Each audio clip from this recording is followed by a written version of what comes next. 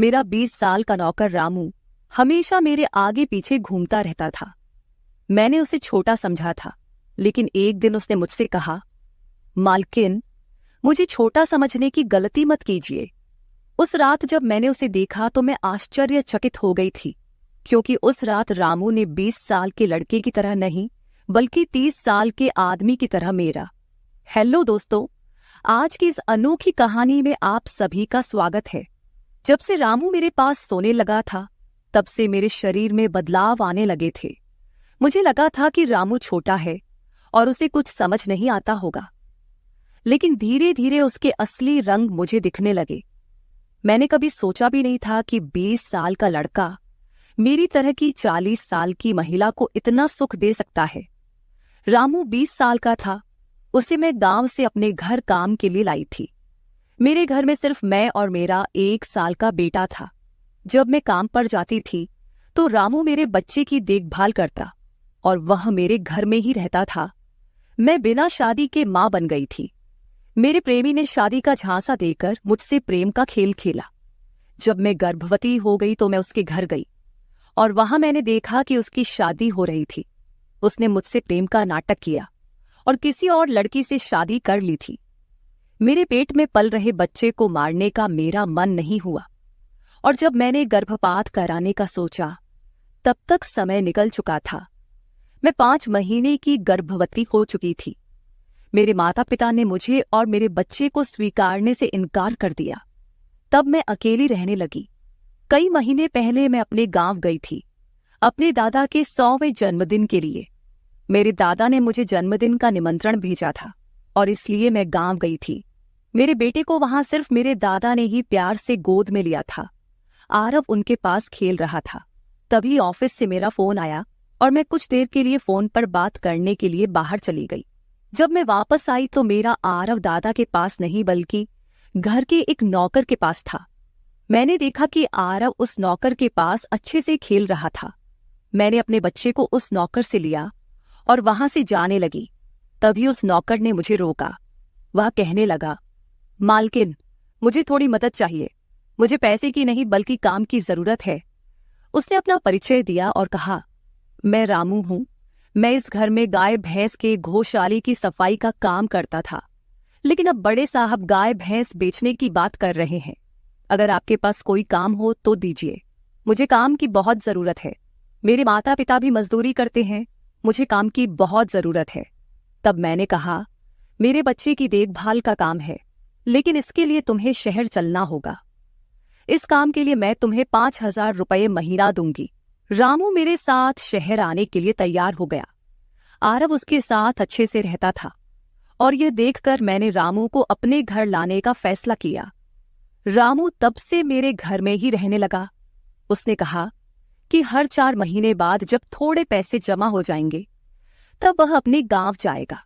रामू दिन भर मेरे बच्चे की अच्छे से देखभाल करता और घर के कामों में भी मेरी मदद करता। रामू को घर आए 1 महीना हो चुका था और इस 1 महीने में उसने मेरा दिल जीत लिया था। उसकी देखभाल से मेरे बेटे की सेहत भी सुधर गई थी। जो आरव मुझे परेशान करता था, अब वह रामू के हाथों से अच्छे से खाना खाता था। मैंने रामू को एक अलग कमरा दिया था। एक दिन रात में आरव बहुत रोने लगा। किसी भी तरह से वह शांत नहीं हो रहा था। बच्चे के रोने की आवाज सुनकर रामू मेरे कमरे में आया और उसने आरव को मुझसे ले लिया। रामू के पास जाते ही आरव शांत हो गया था। रात बहुत हो चुकी थी। आरव रामू को छोड़ नहीं रहा था, तो मैंने रामू को अपने कमरे में ही सोने के लिए कह दिया। सुबह जब मैं उठी तो आरव रामू से लिपटकर सो रहा था। उस रात के बाद से रामू आरव के लिए मेरे कमरे में सोने लगा। रामू के आने के बाद सब कुछ अच्छे से चल रहा था। रामू के काम से खुश होकर छुट्टी के दिन मैं उसे मॉल लेकर गई। वहां मैंने उसके लिए अच्छे कपड़े खरीदे और सैलून में जाकर उसकी नई हेयर स्टाइल बनवाई। रामू देखने में अच्छा था, लेकिन वह एकदम साधारण तरीके से रहता था। उस दिन मैंने उसका पूरा लुक ही बदल दिया था। उसे नए अंदाज में देखकर मैं भी उस पर विश्वास नहीं कर पा रही थी। कल तक जो एक साधारण सा नौकर था, वह इतना हैंडसम और स्मार्ट दिख सकता है, इसकी मैंने कल्पना भी नहीं की थी। मॉल से हम घर आए तो आरव आते ही सो गया था। मैंने उसे कमरे में बिस्तर पर सुला दिया और पानी पीने के लिए बाहर जाने लगी। तभी रामू मेरे लिए पानी लेकर आया। पानी पीकर मैंने गिलास रखा और रामू मुझे तब से ही एकटक देख रहा था। जैसे ही मैंने गिलास रखा उसने मुझे गले लगा लिया। कई सालों बाद किसी पुरुष ने मुझे गले लगाया था। मैंने उसे खुद से दूर किया। तब रामू ने कहा, मालकिन, आपकी वजह से आज पहली बार मैंने खुद से प्यार करना सीखा है। जिंदगी बहुत खूबसूरत है, बस इसे जीना आना चाहिए। आज आपने मेरा कायाकल्प करवा कर मुझ पर बहुत बड़ा उपकार किया है। मैं सच में बहुत अच्छा दिख रहा हूँ। रामू के चेहरे पर खुशी देखकर मैं भी खुश थी।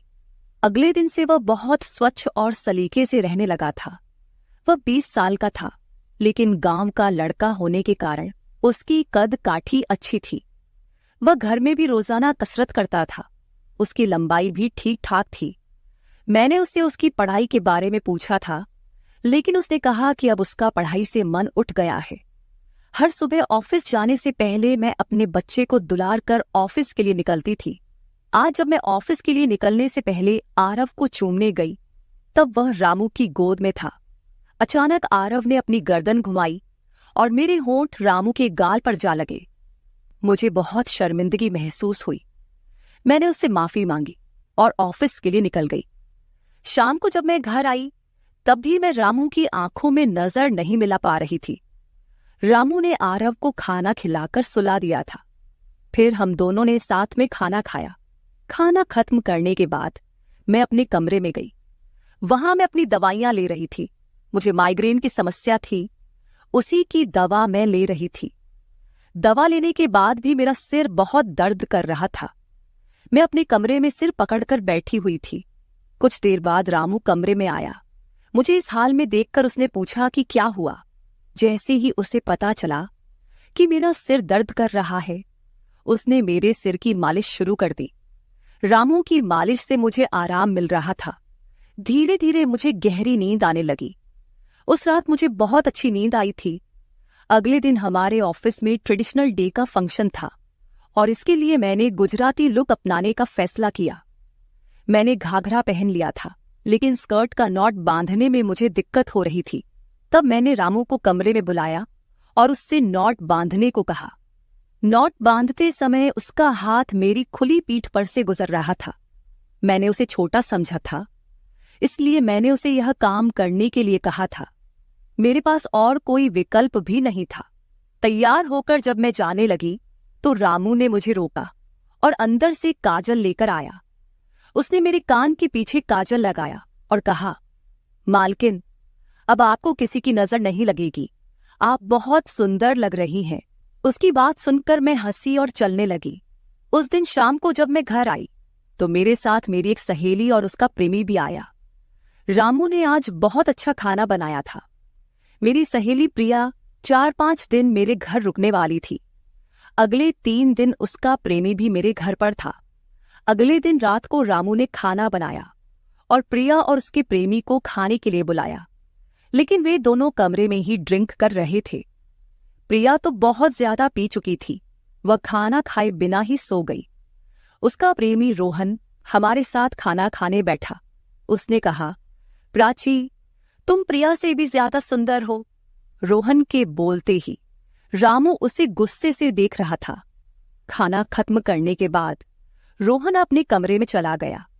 उसके जाते ही रामू मुझसे कहने लगा, मालकिन, आपके ये कैसे दोस्त हैं? मुझे उस आदमी की बात बिल्कुल भी अच्छी नहीं लगी। तब मैंने रामू से कहा, मैं तुझे घर के सदस्य की तरह मानती हूँ।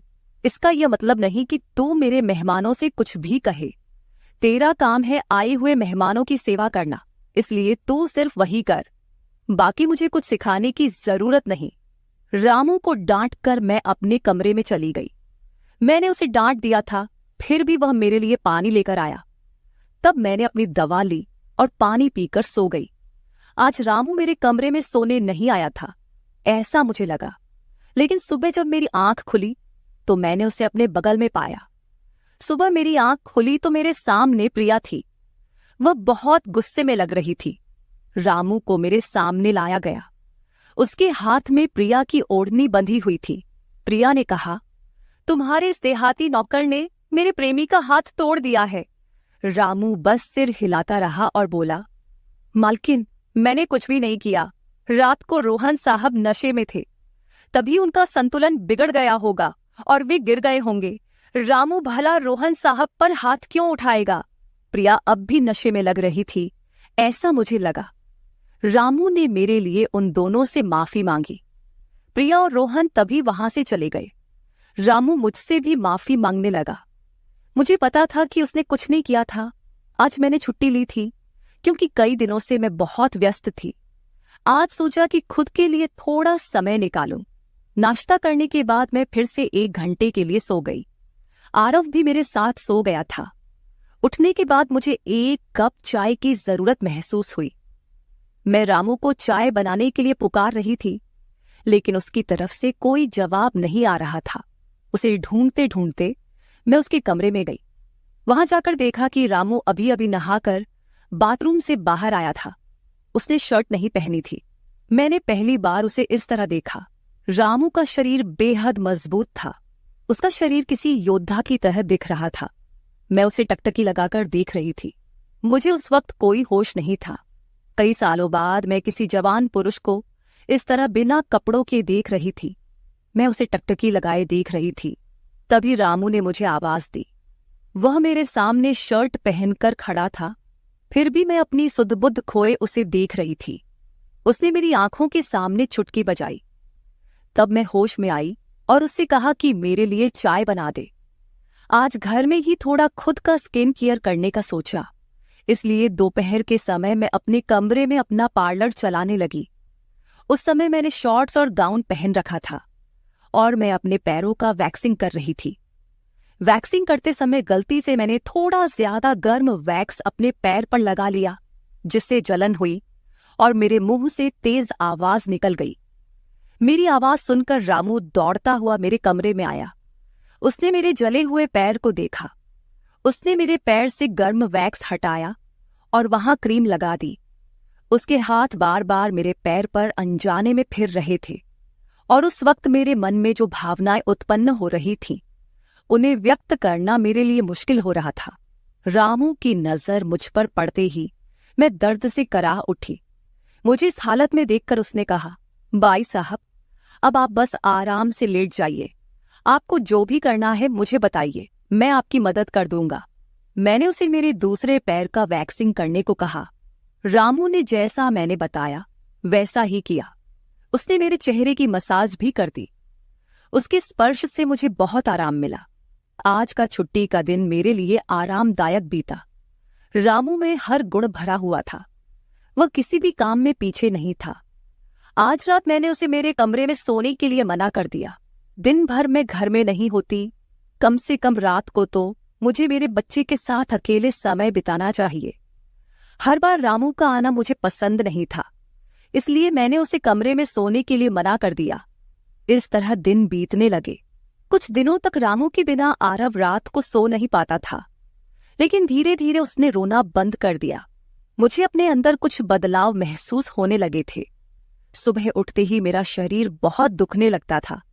अचानक ये सब क्यों हो रहा है, समझ नहीं आ रहा था। कुछ दिनों में मेरी शारीरिक पीड़ा इतनी बढ़ गई कि मुझे बिस्तर से उठने की भी इच्छा नहीं होती थी। तब मैंने ऑफिस से 1 हफ्ते की छुट्टी ले ली। कुछ दिनों आराम किया, शायद थोड़ा ठीक हो जाऊं। अब पूरा वक्त आरव रामू के साथ रहता था। जब उसे भूख लगती तो वह बीच बीच में मेरे पास आ जाता। आज मैं अपनी कमर पकड़कर बैठी थी। रात को रामू पानी लेकर मेरे कमरे में आया। मेरी कमर पर हाथ देखकर उसने समझ लिया कि मुझे बहुत तकलीफ हो रही है। रामू ने कहा, बाई साहब, अगर आपको कोई आपत्ति ना हो तो मैं आपकी कमर की मालिश कर देता हूं। मेरी कमर इतनी दुख रही थी कि मैंने उसकी मालिश के लिए हाँ कर दी, लेकिन उससे पहले मैंने अपने कमरे की लाइट बंद कर दी। छोटे 0 बल्ब की रोशनी में मेरी कमर उसे नहीं दिखेगी, इसलिए मैंने कमरे की बड़ी लाइट बंद करके 0 बल्ब जला दिया। वह जब मालिश कर रहा था मुझे बहुत आराम मिल रहा था। मालिश करने से मेरी पीड़ा जैसे झट से गायब हो गई थी। मालिश करते समय रामू ने मुझसे पूछा, बाई साहब, आपको आरव के पिता की कभी याद नहीं आती? आप इतनी सुंदर और जवान होकर भी अभी तक अकेली क्यों हैं? उसके सवाल का मेरे पास कोई सही उत्तर नहीं था। मैंने उससे कहा कि शायद तुम्हारे सवाल का उत्तर मेरे पास नहीं है। उस सवाल पर वहीं विराम लग गया। रामू की मालिश से मुझे अच्छी नींद आ गई थी। अगले 2 दिन बाद वह तारीख थी जब मैंने अपने प्रेमी से मुलाकात की थी। आखिर वह दिन आ ही गया। उस दिन मैंने दिन भर अपने मन को किसी न किसी काम में व्यस्त रखने की कोशिश की, लेकिन रात के अंधेरे में मुझे अपने प्रेमी की बहुत याद आ रही थी। आज वह मेरे साथ नहीं था, लेकिन वह मेरे बच्चे का पिता था। आरव को देखकर मुझे रोज उसकी याद आती थी और आज मैं अपनी भावनाओं को छुपा नहीं पाई। मैं अपने कमरे में जोर जोर से रोने लगी। आरव पास में सो रहा था, इसका भी मुझे ध्यान नहीं रहा। मैंने आज अपनी दवाइयां भी नहीं ली थीं। रामू पानी लेकर मेरे कमरे में आया। मुझे रोते हुए देखकर उसने मुझे पानी पिलाया। जब मैं शांत हुई तो उसने मुझे दवाइयां दी। मेरे रोने की आवाज से आरव हल्का हिलने लगा।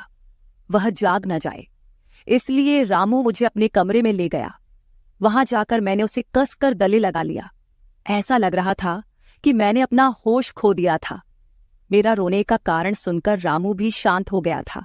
वह लगातार मेरे आंसू पोंछ रहा था। रोते रोते मैंने उसका कंधा पकड़ लिया। धीरे धीरे मैंने उसे और करीब खींच लिया।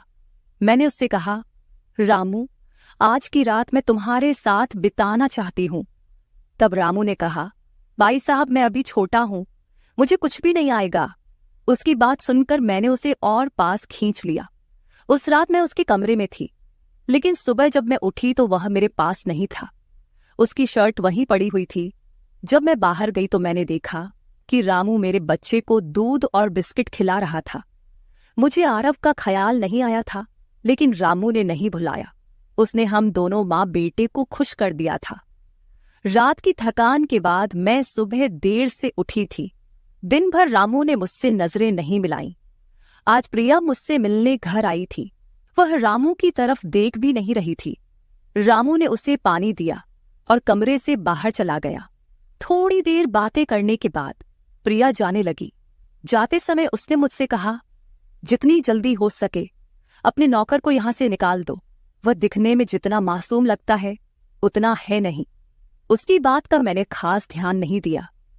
रोज की तरह रात को खाना खाने के बाद रामू ने मुझे पानी का गिलास मेरे कमरे में लाकर दिया और उसने आरव को भी सुला दिया था। आरव आज बाहर हॉल में झूले में सो रहा था। रामू उसकी देखभाल कर रहा था। मैंने अपने कमरे की लाइट बंद कर दी और सो गई। कुछ समय बाद मुझे आरव की आवाज सुनाई दी। उसकी आवाज से मेरी नींद खुली। मैं उठने वाली थी कि तभी उसकी रोने की आवाज बंद हो गई। कुछ समय बाद मुझे अपने कमरे का दरवाजा खुलने की आवाज सुनाई दी। मैं चुपचाप सब देख रही थी। रामू मेरे कमरे में आया था। उसने मेरे पास आकर यह देखने की कोशिश की कि मैं सो रही हूं या नहीं, और फिर उसने मेरा मोबाइल उठाया। उसकी वह खोजबीन देखकर मैंने जल्दी से कमरे की लाइट ऑन कर दी। मुझे जागता हुआ देखकर वह चौंक गया। मैंने उसके हाथ से अपना मोबाइल छीन लिया। मैंने उससे कहा, रामू, ये सब क्या चल रहा है? तुम इस वक्त यहां क्या कर रहे हो? वह कुछ नहीं कहकर वहां से जाने लगा, लेकिन मैंने उसे इतनी आसानी से छोड़ने का इरादा नहीं किया था। मैंने उसे उसका वीडियो दिखाया जिसमें वह प्रिया के बॉयफ्रेंड पर हाथ उठा रहा था। उस दिन रोहन के मोबाइल का कैमरा गलती से चालू रह गया था और उसमें उनकी हाथापाई रिकॉर्ड हो गई थी। सुबह जब प्रिया मुझसे मिलने आई थी तब उसने मुझे वह वीडियो दिखाया था और तब से मैं रामू पर नजर रख रही थी। रामू, तुमने झूठ क्यों बोला? तुमने रोहन पर हाथ क्यों उठाया?